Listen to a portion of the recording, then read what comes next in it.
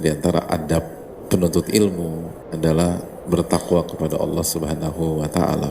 Ya, dan bertakwa adalah mengerjakan perintah Allah Subhanahu wa taala dengan ikhlas dan menjauhi larangan Allah Subhanahu wa taala dengan keikhlasan. Dan berbicara tentang menjalankan perintah Allah Subhanahu wa taala dalam konteks kita berada di tanggal 5 Dzulhijjah atau tanggal 4 Dzulhijjah, mohon maaf, dan suasana Idul Adha atau suasana 10 hari pertama di bulan Dzulhijjah, tentu saja nggak bisa kita lepaskan adalah tentang bagaimana sejarah dari syariat berkurban, yaitu tentang Nabi Ibrahim alaihissalam yang diperintah oleh Allah Subhanahu wa taala untuk menyembelih putranya Nabi Ismail alaihissalam setelah beliau berdoa, Rabbi habli minas solihin, ya Allah berikanlah aku keturunan yang soleh. Fabasyarnahu bigulamin halim, kata Allah. Maka kami berikan kabar gembira dengan seorang anak yang halim, yang matang, anak yang matang.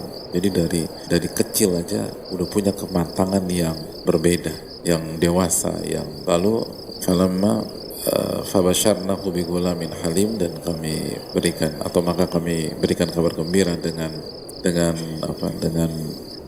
anak yang sangat matang, yang sangat luar biasa. Lalu falamma balagha ma'ahu sa'ya qala ya bunayya inni ara fil manami anni adzbahuka fanzur madza tara.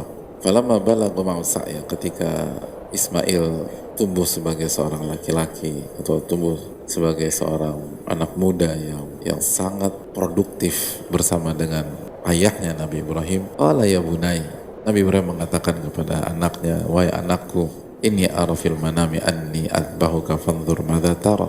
Aku bermimpi, aku diperintahkan atau aku menyembelihmu, dan mimpi para nabi adalah wahyu. Jadi mimpi nabi itu adalah wahyu. Jadi ini bukan mimpi yang halu, bukan. Tapi ini adalah wahyu dari Allah Subhanahu wa taala. Fanzur madza tara. Bagaimana engkau memandangnya?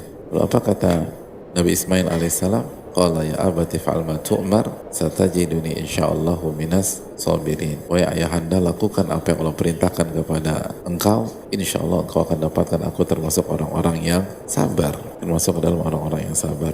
Lalu falamma aslama wa tallahu lil jabin, dan ketika mereka berdua, Nabi Ibrahim dan Ismail, benar-benar menyerah kepada ketetapan dan perintah Allah Subhanahu wa taala, sami'na wa ta'na, dan sudah berada di detik-detik terakhir sebelum melakukan apa yang Allah perintahkan, wa nadainahu ayya Ibrahim, maka kami panggil, ya wahai Ibrahim, qad saddaqta ru'ya inna kadzalika najzil muhsinin, engkau telah benar-benar membenarkan mimpimu atau membenarkan wahyu yang Allah wahyukan kepada dirimu. Gitulah kami memberikan ganjaran kepada orang-orang yang ihsan, orang-orang yang beribadah kepada Allah seakan-akan ia melihat Allah, dan kalau dia tidak melihat maka ia yakin Allah maha melihatnya. Inna hadza lahuwal balaul mubin, dan ini adalah ujian yang sangat berat, sangat luar biasa dan gamblang. Jadi beratnya itu gamblang gitu, gak ada yang meragukan bahwa ini adalah ujian yang sangat berat. Tapi apa kata Allah? Wa fadainahu bidzabhin azim, dan kami ganti dengan kambing atau domba yang gemuk. Wa tarakna alaihi fil akhirin, dan kami berikan pujian kepada Nabi Ibrahim di generasi-generasi berikutnya. Salamun ala Ibrahim, keselamatan kepada Ibrahim. Kadzalika najzil muhsinin, begitulah kami memberikan ganjaran kepada orang-orang yang ihsan. Innahu min ibadinal mu'minin wa basyarnahu bi ishaqa nabiyya minas salihin.